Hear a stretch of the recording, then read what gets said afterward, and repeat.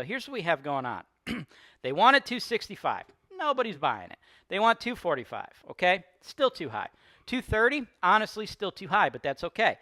If this were to sell, like to a cash-paying tenant, or I mean a cash-paying buyer, or someone who brought in their own financing, it's worth like 180 to 190,000. But this is the kicker. You're not going to be able to find, if you're the seller, you ain't going to find a buyer who's got their own bank financing for this, okay? You want to know why?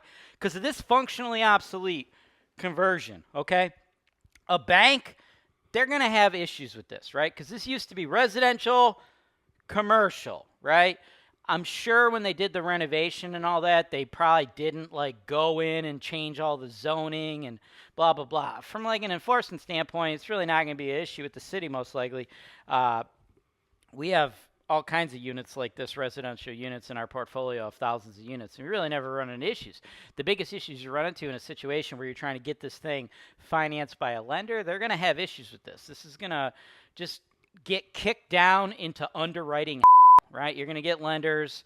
And this is a dirty little secret about your lenders, guys, and like the real estate industry in general, right? Like when you work with a real estate agent, okay, I know all the real estate agents try to make you think like they know what they're doing, but in reality, they don't have any idea what they're doing, okay? Like on an annual basis, like 90% of realtors fail. So like if you meet 10 realtors, or if you meet 100, let's say you met 100 realtors, you talk to 100 realtors, 90 of them don't know what the they're doing, and they're not going to be realtors next year, okay? When you talk to loan officers at banks, guess what? It's pretty much the same, okay? You talk to 90 guys who work at a bank trying to give you a loan, or 100 of them rather, and 90 of them ain't going to know what the they're doing, okay? And the 10 that do know what they're doing probably are not focused on this asset class, okay? But I do know what I'm doing. I've sold over $200 million worth of this stuff, and I'll tell you, you're going to get thrown into what's called underwriting, okay? The lender's not really going to know right off the rip that he can't do the loan, and then it's going to go to underwriting, and then they're going to want like a bunch of weird stuff, and then you're going to provide that, and then they're going to ask you for more stuff, and then more stuff you provide. They ask for more, you provide, and it just goes down and on and on and on and on and on and on and on until eventually they just never give you the loan. That's how this is going to play out, right?